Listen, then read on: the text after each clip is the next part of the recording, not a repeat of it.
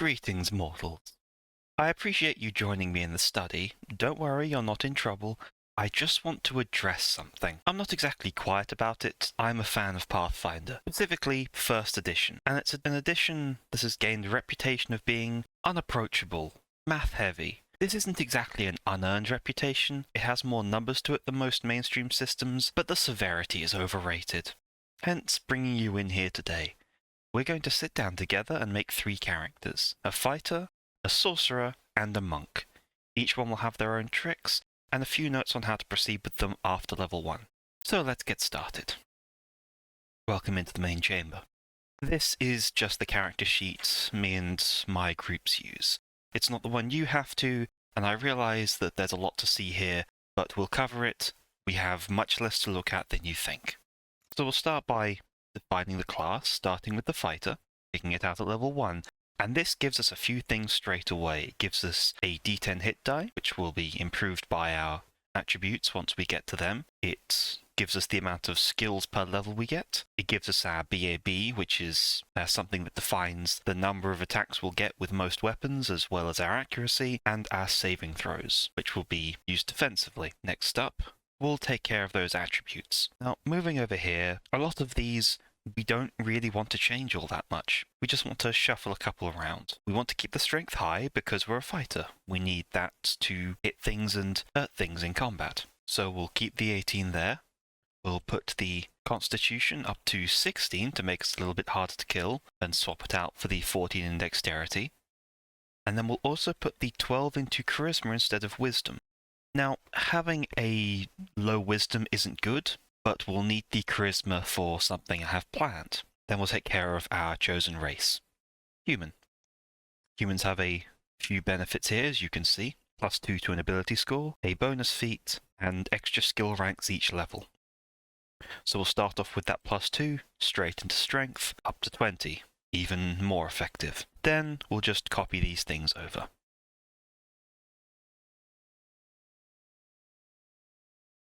We'll make a note of the bonus feat having an effect now. PH for bonus human. And for the guaranteed extra skill rank, I'm going to go up here to bonus skills. I'm going to make this equal to the character level, because we know we're going to be getting them. And with that, we can actually select our skills. Anything here that has an X next to it is a class skill, meaning that if we put a rank in it, we'll get an immediate +3 on top of anything else. Some of these we'll just ignore. Climb is only useful very early on and quickly gets replaced. But we're going to definitely take Intimidate, Knowledge Engineering, Survival, and Craft Armor.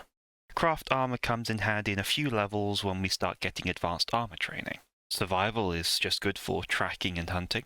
Intimidate will let us engage with our enemies in ways that aren't just hitting them with large weapons. And Dungeoneering and Engineering are mostly out of combat skills, though Dungeoneering will let us identify aberrations. We'll also quickly choose our languages. Human gets their common and ethnic language if they have an ethnic language from a region in Golarion, but we don't have that, so we'll just take any other language except secret ones, and in that case I'll go with Common, Elven, Dwarven. You get your starting language +1 for every point of intelligence you have. So in that case, 2 extra. After that, on to weapons, armor, and kits. Now over here, on the fighter page, you can see where we're getting some of this information. This is where our class skills are, this is the skills per level, this is the hit die, and we'll want here starting wealth. We start with 175 gold. And we need to spend it on at least 3 key things: the weapon, the armor, and some general gear. First off, the weapon. And I want a 2-handed weapon with some reach to it, so I'm going to take the glaive, which we can see here.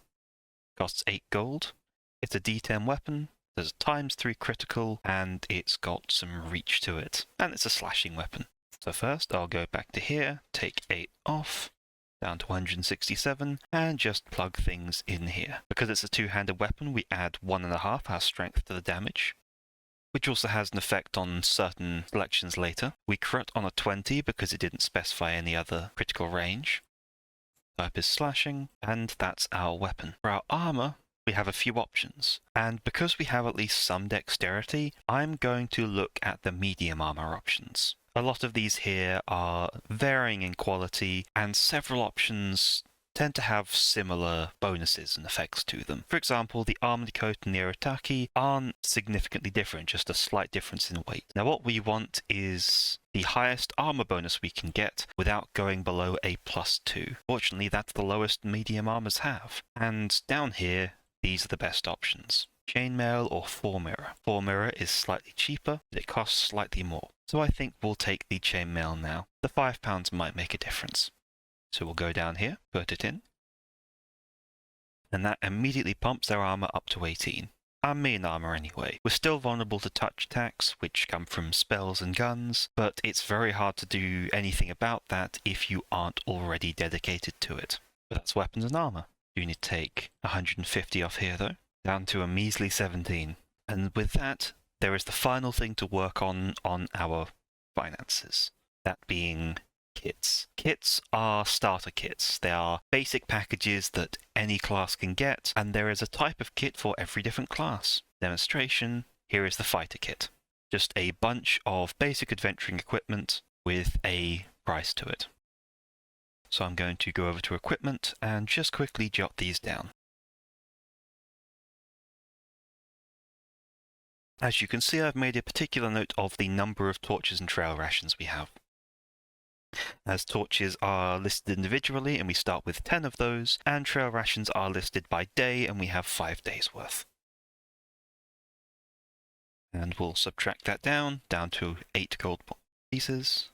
In fact, that also can go over in equipment just here. And next up, we have our feats to look at. And we get a couple to start with. Every character gets a feat at first level. We get a bonus feat straight away from being human. And we get another bonus feat from Fighter. Put that in there, BF1, Bonus Fighter 1. Whatever naming convention you use is really up to you. This is just how I like to do things. And as a martial, there are a few very obvious choices that we can make to make our startup for this character much easier. First amongst them, weapon focus. Weapon focus gives you a +1 to hit, but you have to choose a specific weapon to make it work with. We'll pick our glaive, and plug that in just here. The next feat we'll take is Power Attack. Power Attack is, to those who have played D&D 5th edition, it's like Great Weapon Master, only it's a little more gradual in its scaling. It provides a +2 to damage for a -1 to hit, or if you're using weapon two-handed like us, a +3 to damage. And in fact, this sheet has an automatic version, so we'll just toggle that, and you can see our damage has gone up. It's a choice between accuracy and firepower, though most of the time it's worth taking firepower. I am told to disable power attack is a heresy in the fighter community. Finally, we have one spare, and with that I'm going to take Cornagon Smash.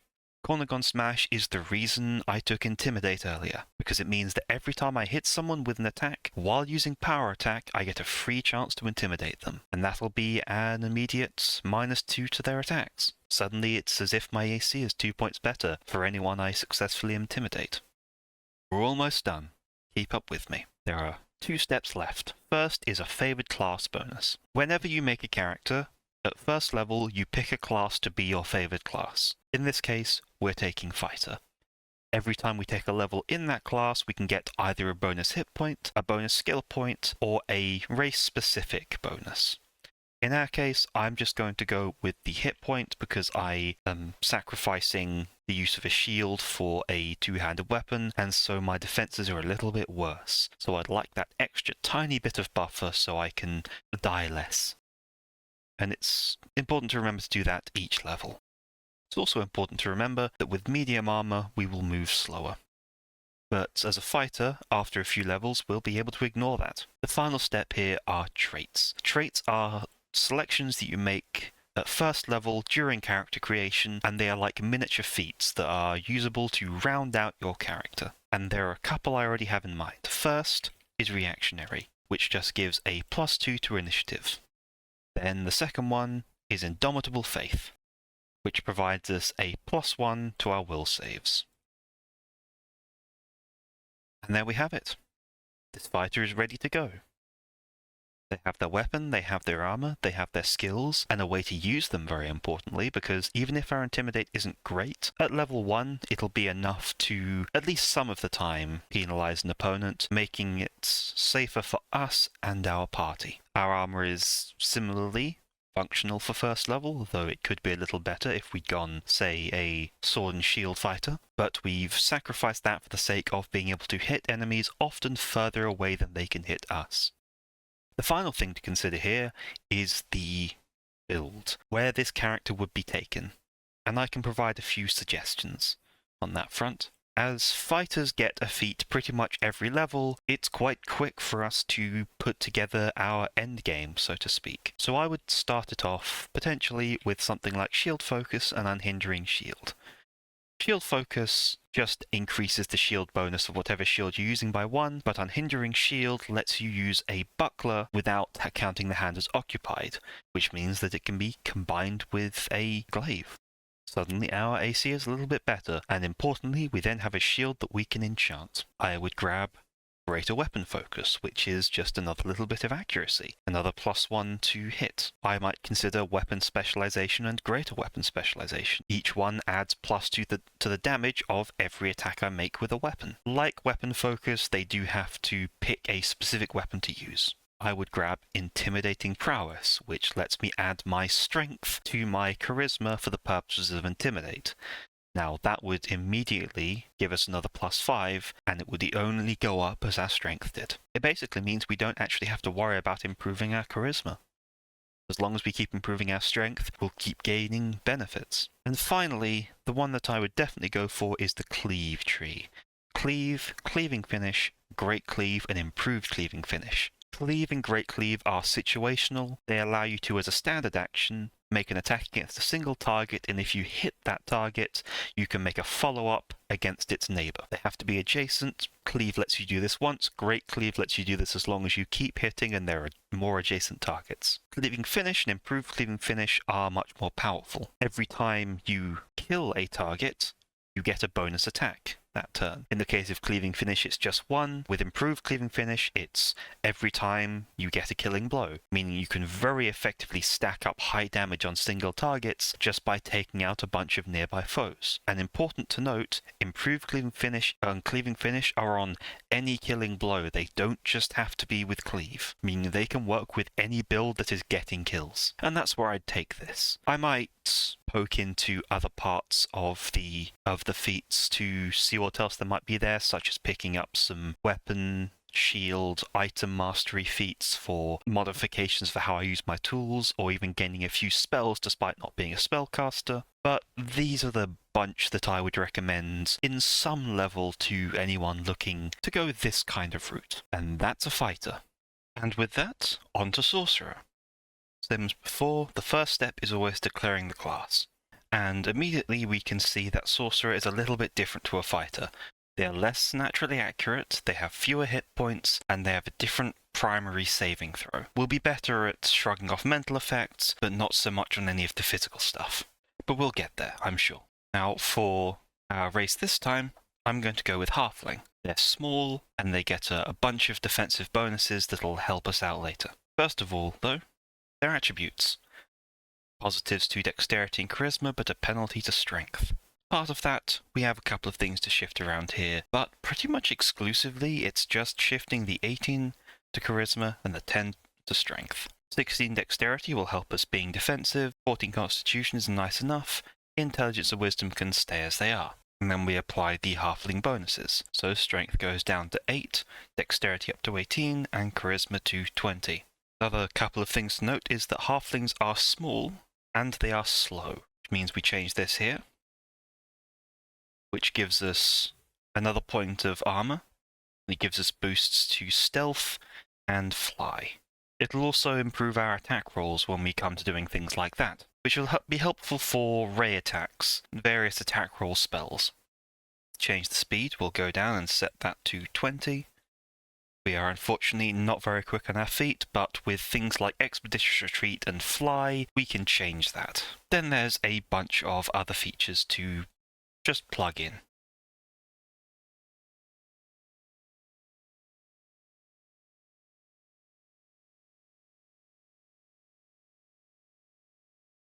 most of this will be of mixed use to us. The bonus to saving throws is by far the biggest benefit we'll get, but these boosts to perception and acrobatics may come in some small assistance later.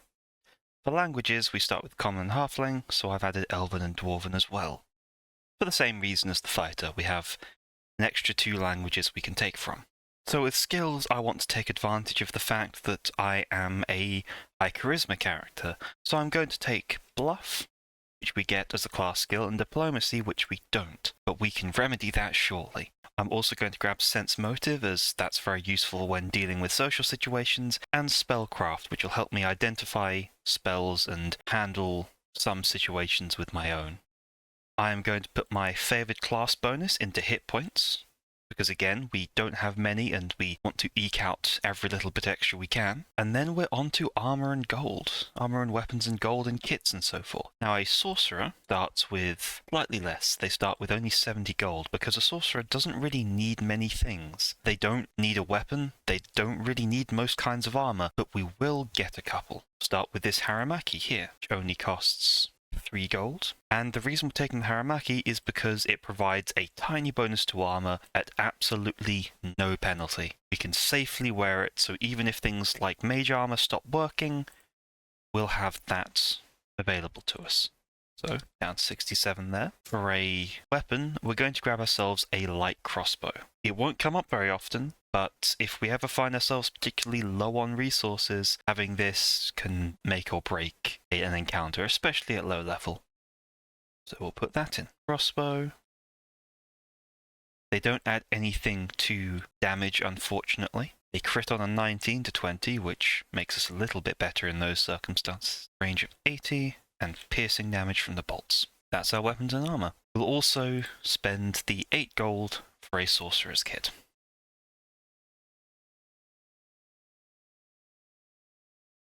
The same situation as the fighter, you can pause if you need to check it. But now we get onto the part that's different to a fighter. The spells and cantrips, which is what this section here is all about.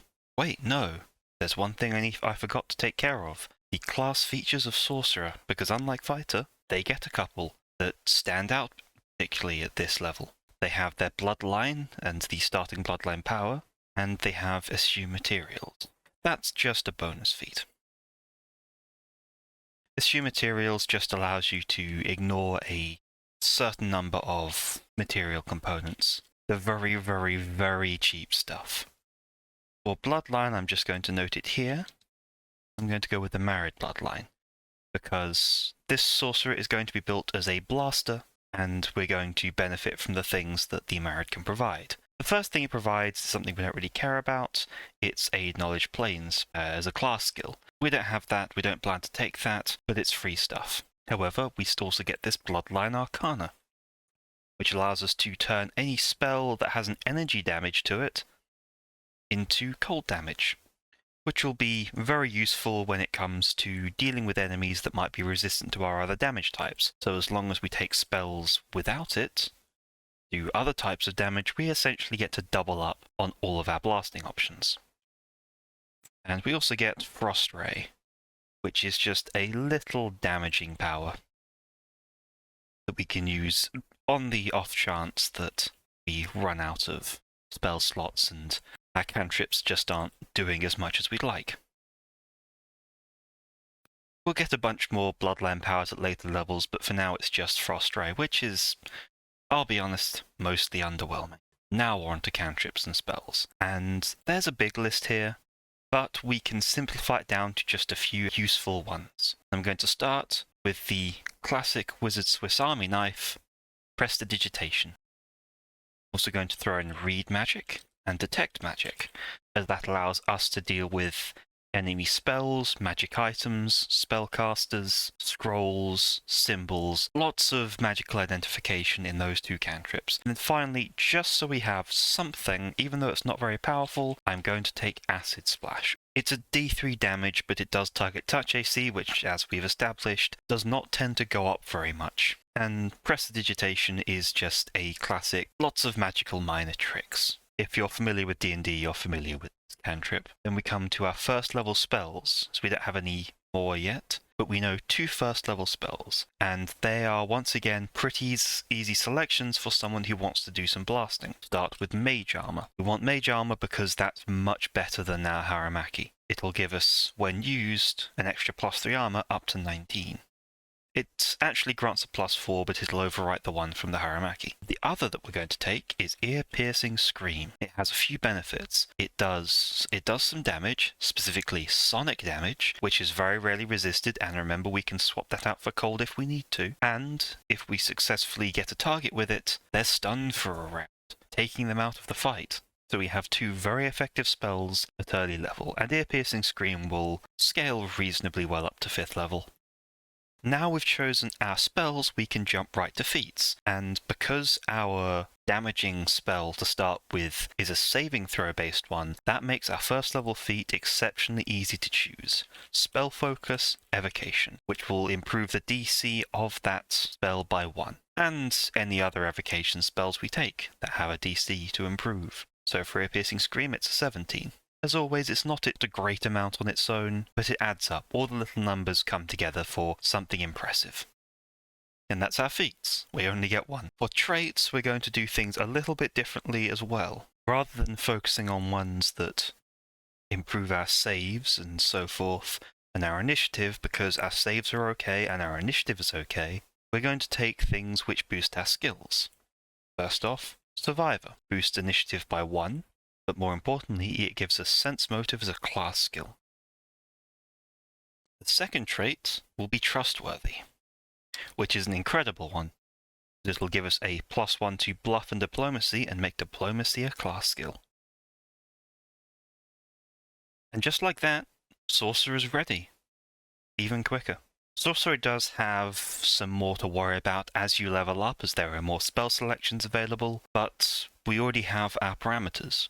We know that if we're targeting evocation spells, we'll get better DCs with them. We know that we want to aim for spells that don't focus on cold damage, because we can take other ones and transform them into cold damage. So we have things we can use to guide ourselves with straight away. For now, the next thing to consider are what other feats we might take as part of this build as it develops. And with sorcerers, and with any casters really, it's very straightforward. Incredibly so. First thing, that any blasting character, any offensive caster at all, will always want our spell penetration and greater spell penetration.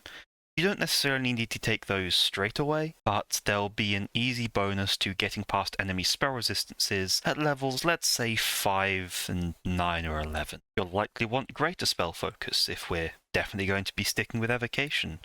Get the DCs as high as we can. We may want Weapon Focus Ray. If we start picking up some Ray attacks, that will be doing the job of Spell Focus, but for the ranged attacks. On that subject, we'll want Point Blank Shot and Precise Shot, potentially. If we're not confident with our ability to hit even when an enemy is in melee, and thus we're dealing with a -4 to hit, those will help accommodate for that. And finally, pretty much any blaster will want Intensify Spell and Maximize Spell, as there'll be ways to increase the damage cap for all of our spells, maximize the amount that each one does, and then I've thrown in Extend Spell there as a note because that allows you to take things like Mage Armor and double their duration, make them last a lot longer than they would and thus give you more spell slot efficiency. This is pretty reliable for any caster. Pretty much any caster will want something like Extend Spell, and then offensive ones will want things like the spell penetrations, the spell focuses, and the Intensify and Maximize. Casters are remarkably easy to build for.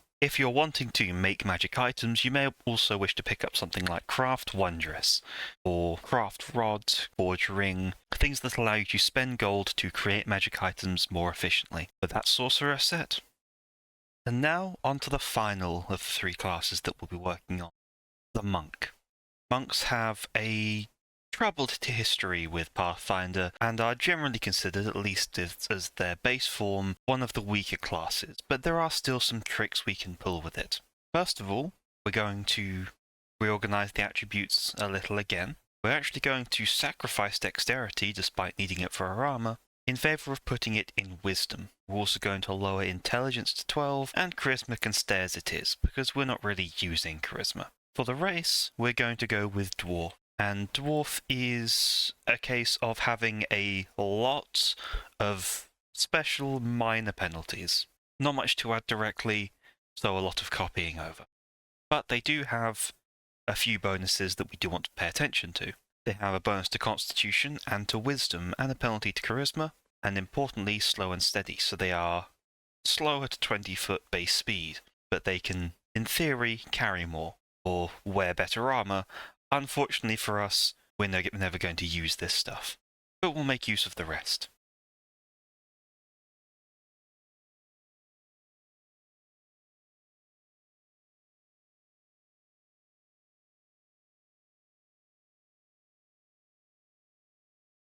For languages, we're also going to be slightly different because dwarves aren't allowed to start by learning Elven, but they do start with Common and Dwarven. So we'll do that, and then we'll throw in Goblin. This dwarf was particularly on good terms with goblins. Then back up to the top, we have a couple of things we have to consider that we don't usually have to. Chief among them, that monks require an alignment. They must be a lawful alignment, so with ours we'll go for lawful neutral. Much more concerned about their code than common notions of good and evil. We'll also put the favoured class bonus into hit points, for the same reason as the fighter and the sorcerer. We have fewer hit points than we'd like, and we're going to be up close and personal. For our skills, once again, the list is fairly straightforward. Acrobatics will allow us to move around enemies easier. Escape Artist will allow us to evade grapples and the like. We'll take Religion to give us a better clue at identifying undead and interacting with certain theological structures around the world. We'll take Perception so we can identify threats easier. And we'll take Stealth so that we can be harder to identify as a threat, and to take advantage of our decent dexterity and lack of armor. Then, compared to the others, Monk has a lot of starting class features, and we can see here. They start with a bonus feat. They start with Flurry of Blows, Stunning Fist, and Unarmed Strike. Flurry of Blows is a special type of attack that gets extra attacks in exchange for a slight penalty to hit that ultimately outweighs their base attack bonus, and that number of attacks increases as we progress. We also get improved unarmed strike, so we are naturally armed and don't have to worry about provoking attacks of opportunity. Stunning Fist, which means we can daze people when we strike them, and a bonus feat which we'll cover later. For now, the usual copying things across. But of course, probably the biggest and most important feature we'll care about beyond the Flurry of Blows at this level, because it lets us add our Wisdom to all of our defenses.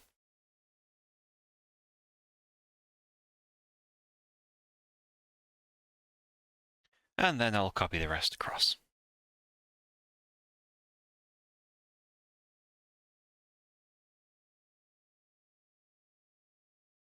Now, the reason I say I was going to wait a little bit before explaining that bonus feat further is because this character, unlike the others, is having an archetype. And in our case, we're going to take Maneuver Master. Why Maneuver Master? Because I want to take advantage of the Dirty Trick maneuver, which can inflict Sickened, it can inflict Shaken, it can dazzle, it can blind, it can deafen, it can entangle. It is a very effective way of dealing various conditions to enemies, even ones that spellcasters can't usually affect. So we're going to take Maneuver Master. And the first thing is that modifies bonus feats. It provides us not only with the base list, but also any improved combat maneuver feats that we might want. It alters, well, significantly replaces Flurry of Blows. I keep Flurry of Blows in there because it helps to track how it's working slightly. We don't get anything else yet at this archetype, but as you can see, there are a few things that would stack up later. Then we come to weapons and armor, and the kits as before. Monk has almost nothing in terms of weapons, armor, and kits. In fact, they start with a pretty measly 35 gold. And we're only actually going to buy two things. First are some hand wraps, which cost 1 silver piece and don't do anything. Except they can be enchanted. And that's the real kicker. That's the most important thing, that's the entire reason we're getting them. Because that means we can enchant all of our fist attacks. Our fists are a 1d6, written a 20, multiplied by 2 as all unarmed and natural weapons do, range of 5, and they are naturally bludgeoning.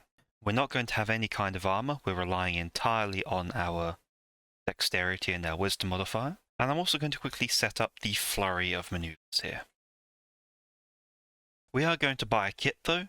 We're going to buy the monk's kit, which is 8 gold. Funnily enough, because we have so little to buy, the monk is going to be richer than the other 2 party members, I think. And that's all their equipment, and their attacks. Then straight on to feats. And because this is a martial, we can follow a similar rule to before. So we'll start off with our first level feat being Weapon Focus Unarmed. Classic +1 to attack.